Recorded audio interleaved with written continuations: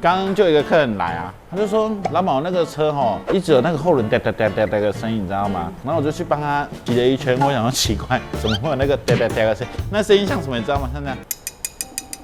这个声音，我就骑了一圈，我说干这是什么声音啊？然后我就帮他牵上来看，来，我还去问那客人说，你刚刚是去换刹车油？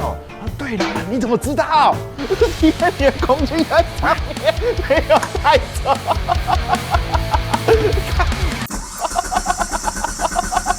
我笑到不行，他让我想到我之前看过一个影片，那个笑话，那个老腮胡啊，在找那个译音的时候，有水煮这样，底下留言，我们一起讨论，你还有遇过什么更扯的事情？那你觉得我应该要收多少钱把它拿出来？